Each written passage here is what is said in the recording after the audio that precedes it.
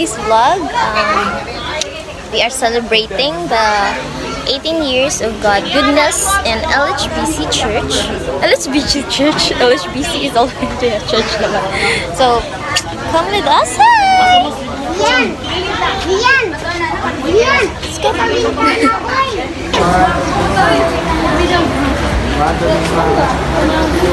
Ay, guwapa kayo, guwapa.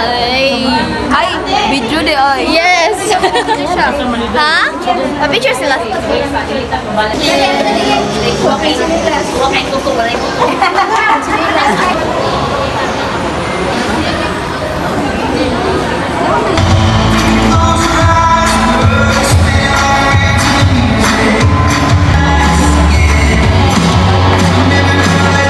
Mayong hapon sa tanan! Happy anniversary!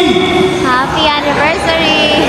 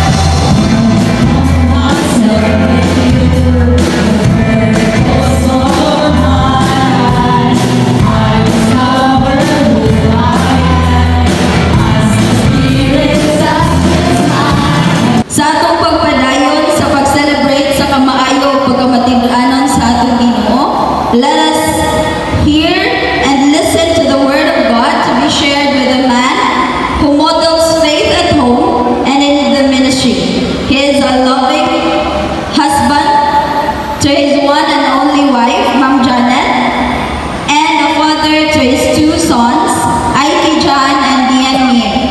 A graduate of University of Cebu, Commerce major in Finance. After school, he spent almost 5 years from 2007 to 2012 at Fairbank, Bogo. And from 2014 to 2016, he served at GUD Moto Trading in Bantayan branch. But God redirected his calling. Since 2018 until now, he's been pastoring Loyong Baybay Community Church in Doong Islands, the daughter church of Bantayan Baptist Church. From balancing books to building believers, let us welcome Pastor Michael Kian Mendoza. Kumusta naman ka mo? Okay na, ayaw? Bilingin naman na yung katapad eh. Ingna, kumusta ka iksoon? Pakaigsoon. Go! Leave your place of comfort. Grow! Deepen your relationship with Jesus and become strong and mature. Kinahanglan ng igsoon. Mark 12:41 to 44. Samtang naglingkod si Jesus at bang sa panuganan sa templo, naniid siya sa mga tao na naghulog dito sa ilang mga halad. Daghang mga dato nga naghulog o daghang kwarta, unya ituol sa huganan sa halad, ang usa ka biyudang kabus o mihulog o duha ka gagmay sa lapi nga tumbaga. Gitawag ni Jesus ang iyang mga tinunan o giingnan, sultihan ko kamo nga ang ihulog ni ining kabus nga byuda labaw kaysa gipanghulog sa uban. Kaya ang ihulog sa uban supra sa ilang bahandi. Apan bisan sa kakabus sa byuda, mihatag siya sa tanan nga iya. Gihatag niya ang tanan nga iya gisaligan aron mabuhi.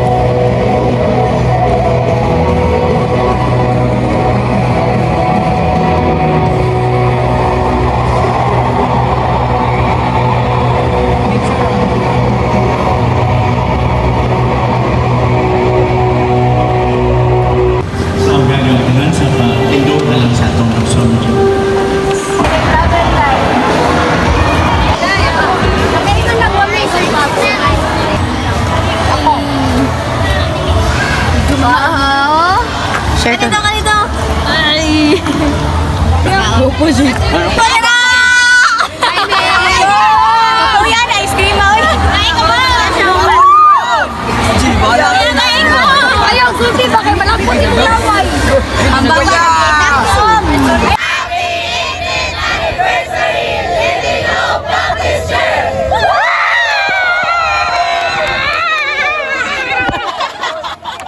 So, after sa anniversary na aming overnight sa youth. So, let's go. Pinami mag-start in a few hours. So, let's go. Okay, hatay sa inyo. Answer daw ni. We need to answer out one. Pero na yun? Ipad na niya. Okay. Bye, guys. Hello, hello, hello. Na ako ihatag sa inyo. Inyo ni ansiran. Pili tayo dyan. Pwede ra delete. Ay, mana. Ansiran na ninyo. Dapat. Final rehearsal ni Odis. Okay, mag-energy check sa ta. So, if wanna go energy check, wanna go check. Sige, barang daw, barang. Sige, barang. Barang ang mga naipin! Barang ang mga naipin! Sige, sige. Okay. If I say energy check, you'll say check the check. Sige. Zam. Check the check! Dapat buhay daw. Dapat buhay. Ang dili mong PI, pasalungan na rin sa pambangan. Sige. Okay, energy check! Check the check! Hinay sa energy ay? Check. Balik, energy check! O, wala sila nag-iay. Balik, dapat nag-iay. Louder, sige. 1, 2, 3, go! Energy check! Help us to understand that obedience is a solid foundation to guide us through challenges, temptation, and calamities we face every day with God. Give us willing hearts to listen, to learn, and to follow your directions in our daily lives again. Bless every activity, speaker, and sa mga batang na youth third na malisigo niya i-appeal para kagabi ng Lord God. And may this night strengthen our faith, deepen our friendship with you, Lord God, and inspire us to live according to your will, Lord God. And see us in the name of Jesus we pray. Amen. Amen. Lang nga cheer kay mo mga naog. Sige. Kisay sakto sa ilang tuwa. Sige. Pamatiwan na ito mga prince. Kanjanin!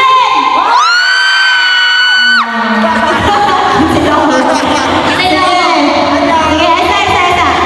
Okay, so, atong team guys, tingnan. Obedience is a solid foundation. Hi everyone. Ako dira. Okay ba? Okay.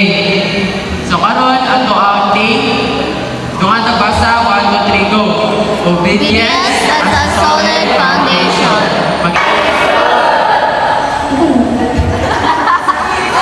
A day in our life as a youth. Hi guys, as a youth. Mag-game mo me.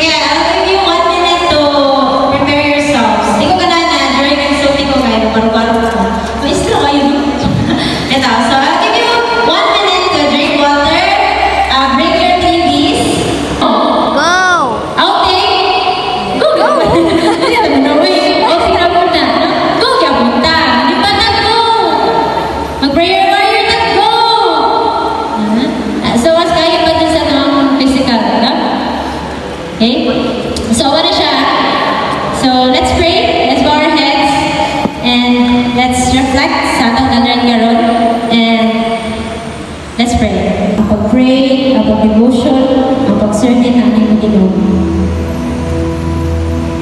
And thank you everyone sa inyong pag-win now. Karon na ito sa kay Jingle Bell.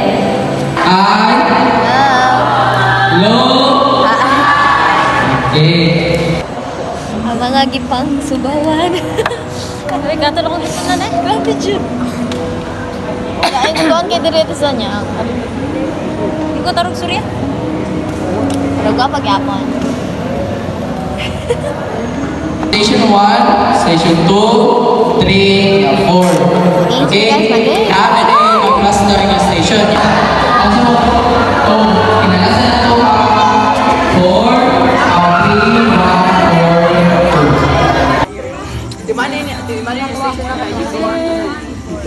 1, 4, 2. Asa na bitaw station 3 rin? Hoy, deduction, nagtabi. May sabot mo po. Sabot ba? 2 points na miya.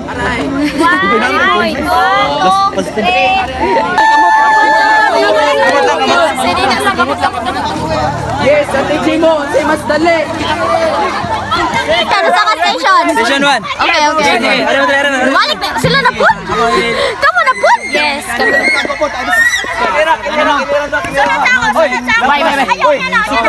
Bay, layat bay. Sige pa, sige pa, sige pa. Sige pa, sige pa. Dili na ako. Dili na. Okay na, dili na. Station 2. Ay, 10 commandments. Ay, piso. Look. May. Nagigil. Station 3, Station 3. Atras.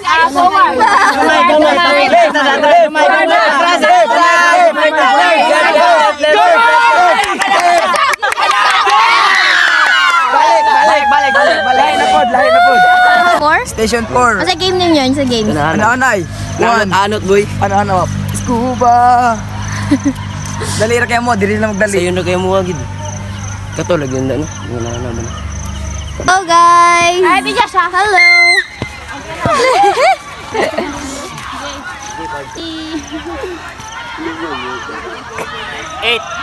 Sakto. Yan ay, bye with you. Let's go. Okay! Sure, dali. Dali na kayo dali sa nice games. Let's go. Mo dito kubot. Thank you! Kapot! Basic. One namin. Baan nila. Station 3 gid sila ungot da. First place. Let's go.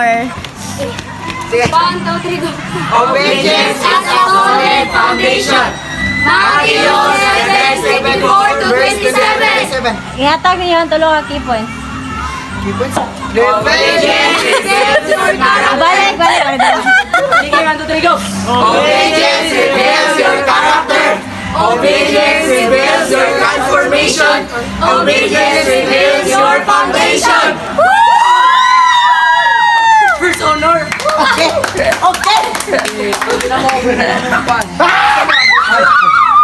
And Sa grupo?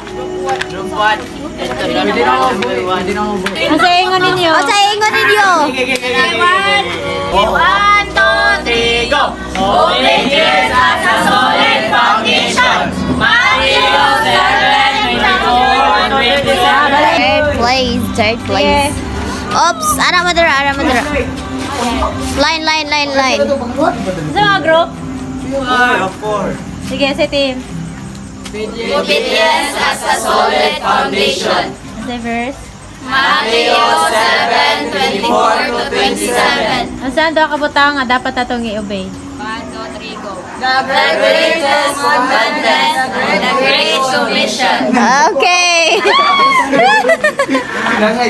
Yay! And the last. Manajod.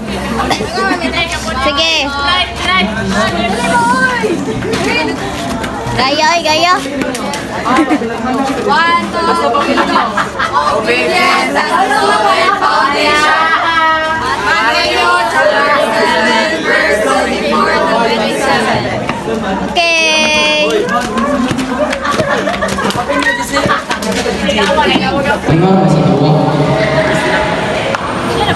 Actually, ako siya. Motivation. Okay, kaya ba? Kaya ka? Kaya, kaya. Ito, sige. So, ito ta sa mag-divide ka ninyo. Na, musulti ko diri, isa na na-involve dito sa ministry. Okay, so for example, sa luyang, tanang luyang kay usa mo ka grupo. Okay? So, mapunta mo Ate Jean, asa mo nga pwesto? Gawas, Sa ate, gawas. Sa gawas mo, go mo Ate Jean. Okay, uwi na maka-exit ang luyang, taga-luyang. Grabe ka, unsa, oy. Tayo na kapunan sa atong leader. Oh, unsa may nakatunan? Sige nga lang, Christian.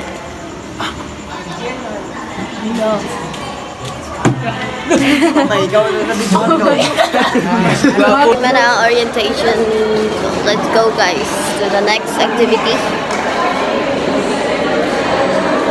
Ay, Odis di ay. Sorry, makalimutan ko.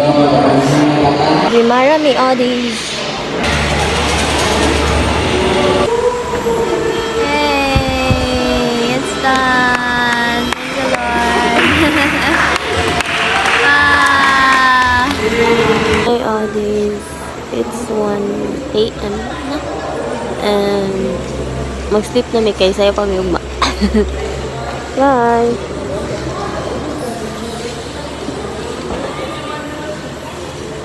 Morning, Odis. Especially to God. It's 5 a.m. in the morning. And yeah, magmata-tanan. God be the glory. Let's go.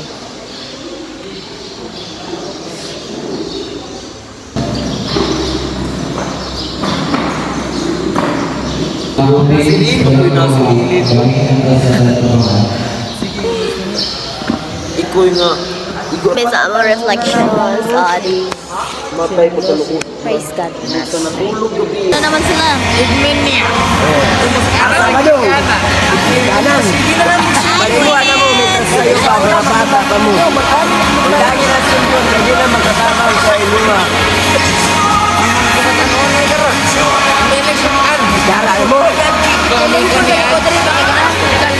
Kami sa una. Sa Victoria sa Apuan. Kaminaw din ko.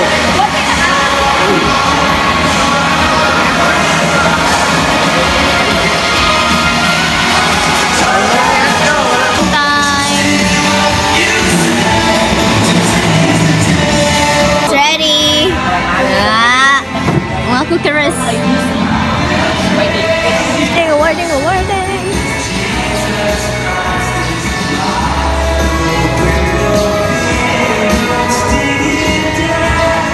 Magsugod sa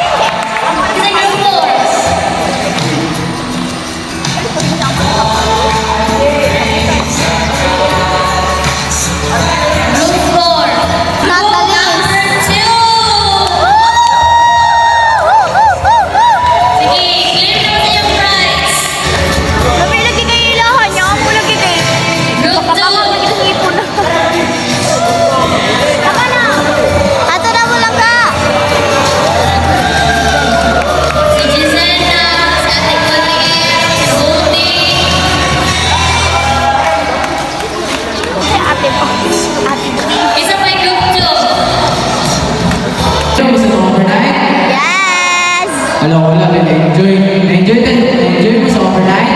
Yes! Wala na tingkong. Wala na tingnan ko dahil. Sabot na-enjoy ko sila. Sige, kinsay maka-remember sa tong team. Team Burst. Ito ka na lang kayo. 1, 2, 3, go! Obedience has a solid foundation. Yasa mo sa verse mo kita. Matthew 7:24 to 27. Okay. So na, galing ako. Na. In-enjoy ako. Yes. Yan, nagkaroon ng mga kalasyon. Yan, ikaw, mo. Let us pray. Heavenly Father,